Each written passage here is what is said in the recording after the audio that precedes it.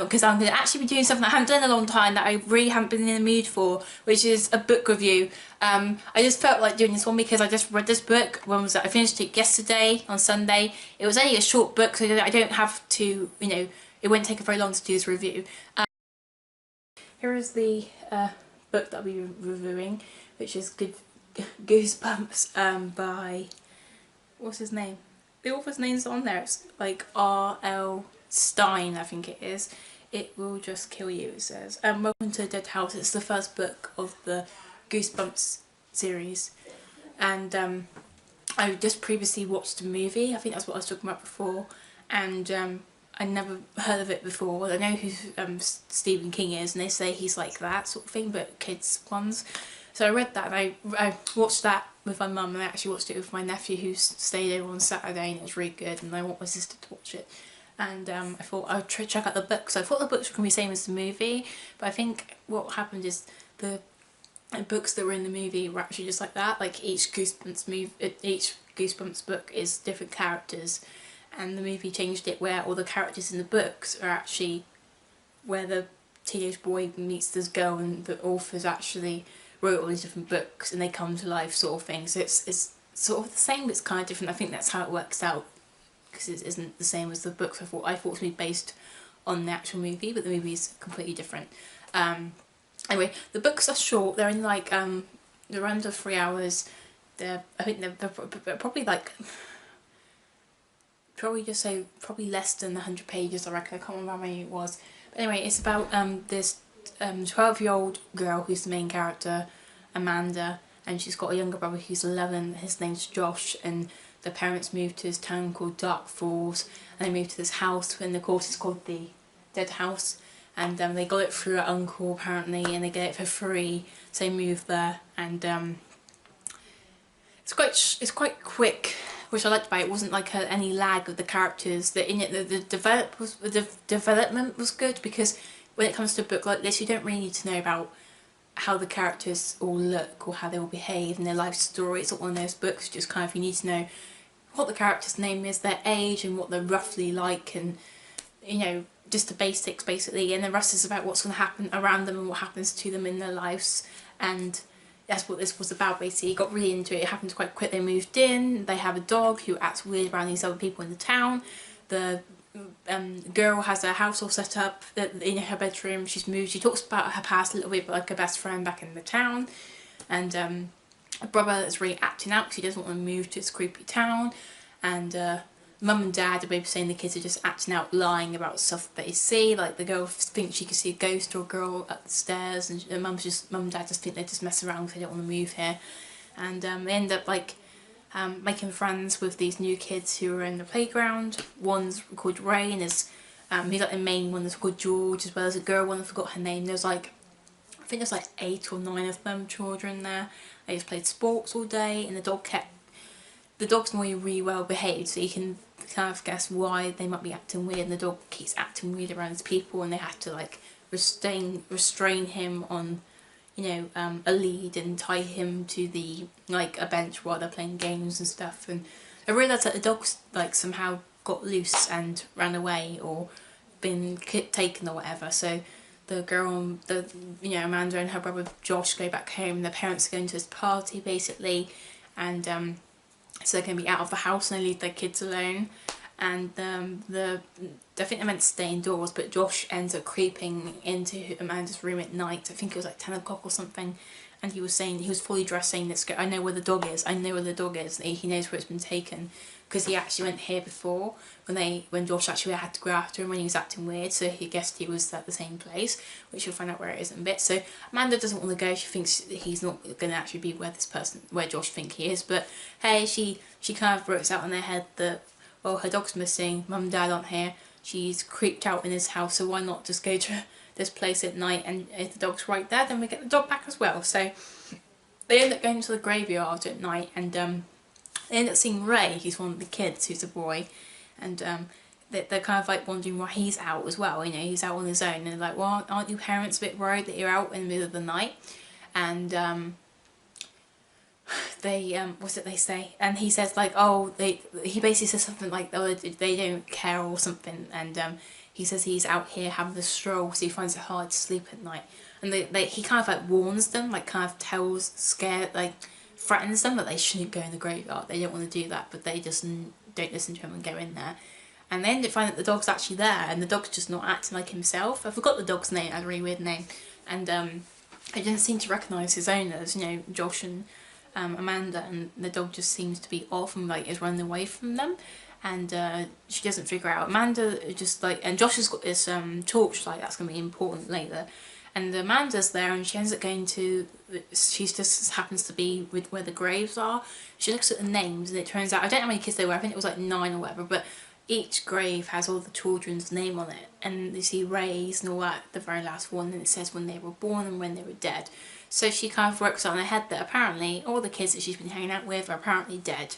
So what the hell? And Ray actually finds out that she saw, and he says that he needs to kill her basically, and they need fresh blood, whichever that meant at the time. She's just like, what are you doing to me? And freaking out. And he's like floating like a ghost above her, and he's, you know, gonna kill her or whatever. But Josh ends up rushing over like, what the hell's going on? And flashes the light on Ray, and it melts him, like kills him.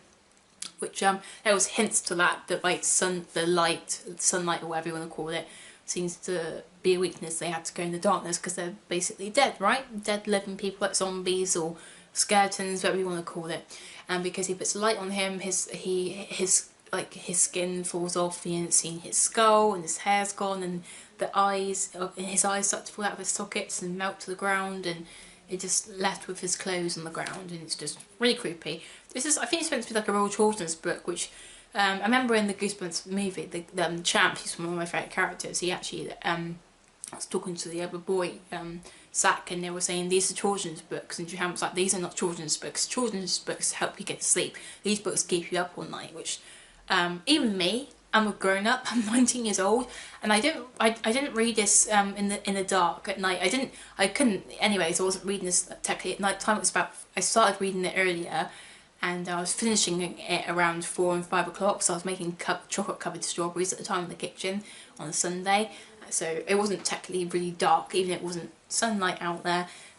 So it wasn't scary, and I wasn't in my bed, you know, in pitch black. But it was even me, I would say it's giving me goosebumps, shall we say. It wasn't terrifying, I don't get scared easily, but I could see how it was a bit creepy, and the things that they described, it kind of got me excited, but in a nice, fun, scared way. Like some people like getting scared. So I sort of kind of didn't get scared, but I got kind of eerie, shall you say. It was quite cool, I liked it, and yeah, it was fun. I actually enjoyed it. I liked reading the book that was the purpose of trying to scare you. It was kind of a fun book, and it wasn't about romance or something. It's just nice to change things up. So I was sick of reading romance all the time, which I do not get sick of, but it was a nice change. And what else? So yeah, Josh doesn't seem to really know what's going on, even though Amanda obviously just seen like a kid who's meant to be dead get killed by a torch.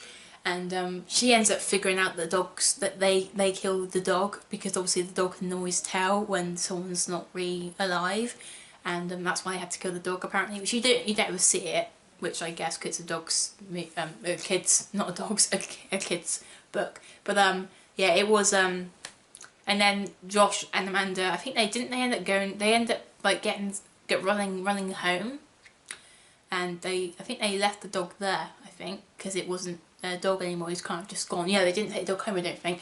But they end up going home, and they end up screaming for mum and dad, but mum and dad's still at the party apparently, so they're all home alone. And then all the other kids who they start being friends with show up and start threatening them that they need fresh blood, and they kind of explain things a little bit, but like they all died. They all lived in the same house. They all lived in their house that these kids live in now. The you know, Amanda and Josh. That's what it's called, the dead house. So you come to this town and get this like free house basically, and then you end up dying somehow. They never explained how they died, but you just die somehow. It's like you're destined to die in a dead house.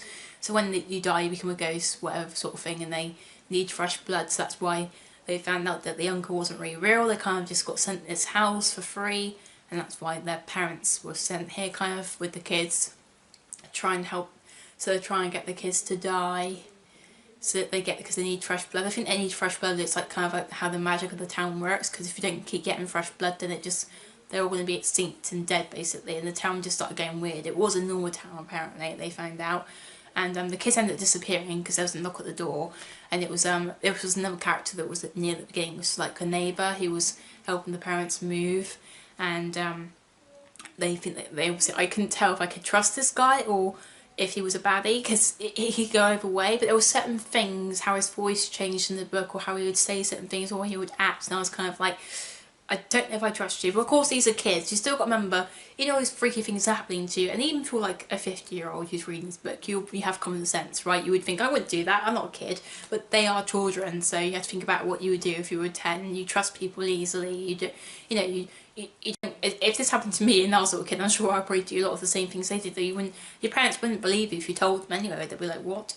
The book kind of didn't make sense a little bit at the end, which I'll get to, which I was just kind of like, that had no logic to it, but it's still a really good story. But so this guy gets him in the car and then to tell them that the kid, there's something going on at this party where the parents were, and those other people started having a circle around them, which is a kind of a reference if from the earlier in the book where the kids were at the park and all the other kids had a circle around them, they were like chanting or something, doing something to them, so it was obviously like they were doing like a magic spell or something, I don't know. And he said the same kind of happened to his parents, and she's automatically like, Amanda's automatically like, oh no, our parents are in trouble. So he says that they're like behind where the graveyard is or whatever sort of thing, so I have to go there, and I didn't know if I could trust him. So I ended up going back there, and their parents were like behind this church place or something it was, and they had to go around there, but we ended up finding out that we can't trust the man because he's also one of the dead people, you know, he's not a kid. And he ends up kind of explaining that this was a normal town once, and everyone just ended up kind of dying, and they obviously try and kill him with the torch, but the torch is broken because he dropped it on the ground and all that stuff. And then Amanda and Josh end up running, trying to go to their parents, and they see all the dead people there with the parents like tied up, and they need to figure out how to rescue their parents. So there's this big tree, and I guess it was because it was probably like past midnight now, so I guess there was a bit of like sunlight coming, you know, where the sun's starting to rise for the new day or something, because it had gone quite late since then. So they were going to push this big massive tree down so that the sunlight that was coming obviously would hit the dead people and kill them basically, because it would melt like Ray did. So they decided to do that, but of course, this is Amanda who's 12 and Josh who's 11, so it was kind of realistic in this way. They tried to push this tree, which was already kind of like on the edge, but it wasn't pushing, but they had to keep doing it. It finally did break and it fell, and all these people did start. I thought when I was reading it, it isn't going to work, they're just somehow going to survive and then they have to do something else. But it did work, the tree did fall over, and all these kids, all the people started melting. One of the girls, I can't remember her name, but she was one of the main girl characters, who wasn't Amanda, one of the dead ones, and she was saying thank you to Amanda for helping her die, which I didn't really understand that. I guess once they had become dead children, they kind of weren't themselves anymore. It's kind of like when you become a zombie, you don't really have a mind to think about things anymore, do you? You just think brain, I want to kill you. Sorry if you can hear sneezing, that's my mum. Right, so yeah, I don't know what that was all about, but they end up like rescuing the parents. And I can't remember what happened to the guy that was a baddie. I think he got killed as well somehow. I think he was in the crowd. And then the story kind of just like ends there, basically. Not ends there, but it was kind of just weird. They didn't really explain anything after that, even though the book was short. So basically the parents decide to pack up the house with the kids and they're just going to move. But I wanted to hear like the parents like having to hear the kids explaining it and see if they still thought their kids were nuts or if they actually believed them and been like, yeah, what the hell, what's going on? You know, you'd be a bit concerned. But then it just ended up packing the whole town. Everyone was dead in the town because obviously they were dead, so they were literally like gone. And Amanda, I think she was actually a little bit sad to be leaving, even though it was a horrible place to live, because they were about to leave and she said no, we need to. She wants to look at the house one more last time. She did for a while. I didn't really understand the ending because it was kind of like it left off with like not an ending, like a cliffhanger, but it kind of wasn't at the same time because it kind of made no sense.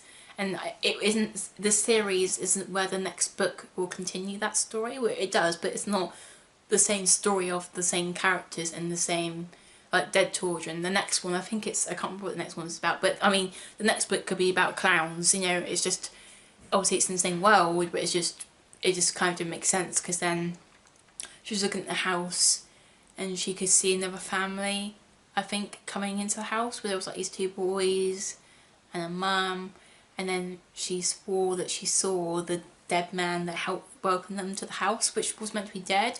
So I don't know if she was just like picturing it in her head, or if the people they killed, because they were really dead, like rose back from the ground or something. It made no sense. And then she kind of just got back in the car and they drove off.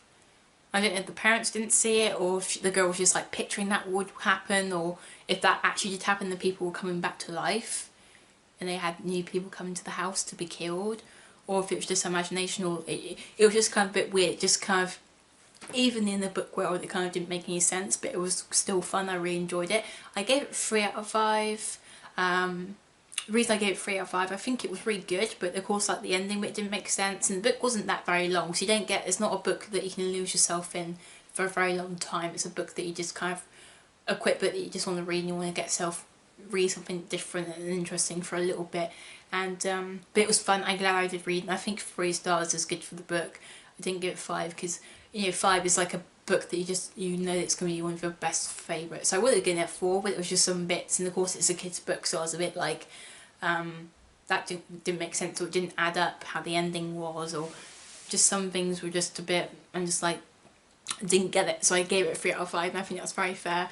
And it was really good, but I do recommend it. I think it's good. I think I don't know if I don't think I read all the books, because I've been looking it up, and the author who's writing the Goosebumps series, the books are short, like I said, and there's like 50 of them. I think these books are they're not like a must read, or they're not a book that you want to get yourself lost in. They're not one of those books. They're more kind of like a book that you just kind of want to read something different and more interesting just for a small while, especially for a kid, you know, to like creep yourself out. And I think he's wrote so many different characters, so you can just go to whichever one you want. You don't have to read them in order, I don't think. You can just kind of, so if I ever feel like I want to read something different like that again, I can just go and read one of the books. And I kind of like that. It's really unique, and I like that it's like that. It's not like a series where you have to like go and read the next one now and it's going to be about the same things or the same stuff. It's the same, it's all about scary stuff, but the characters and all the scary monsters are all different, so it's fun. So yeah, that's my review of Goosebumps. It was really good. I really enjoyed it. I definitely think I will be reading more of the series. Probably just not constantly like I do when I get a new series. I read book by book. It's just, I probably go and read like a book every few months or something, just when I feel like it. And it's just, I like it. It's a nice little different part of books I haven't really got into, and I like that it's there for me when I want to read it. And I do think it's worth it. Even for not a kid, it's still entertaining and different, and reading it, I didn't feel like a kid, but it kind of like made me go back to when I was, and I like that. Some people, you know, I miss the days when I was a little kid, and it just kind of puts you back in that kind of like kid world for me a little bit, and I liked that. Like, it was just, I liked it. It was really worth it. It was a good book. I say you should read it. So it's the end of the review for Goosebumps. I'm so glad I've done the book review again. I haven't done one in ages. So I won't be doing more for a while, because I'm just going to do this when I've got the other video going up. So I'll probably end up doing another one next week or something. So I've still got loads that I have read that I haven't finished yet. And I currently am reading The Fifth Wave, which is now a movie in cinema. But I'm not going to watch that movie until I finish the book. I need to start the book Sunday, after I finish Goosebumps actually. And I'm not halfway through yet, because there's 92 chapters, which is a long book. It was like 12 hours. But I would say I'm almost like halfway through, I would say, because I'm nearly at like past 30 chapters. My mum's calling me, so I'm going to end it here. Thank you guys for watching, and I love you guys, and thank you for the review, and I love you on my VIPs, and I will see you again soon. Bye!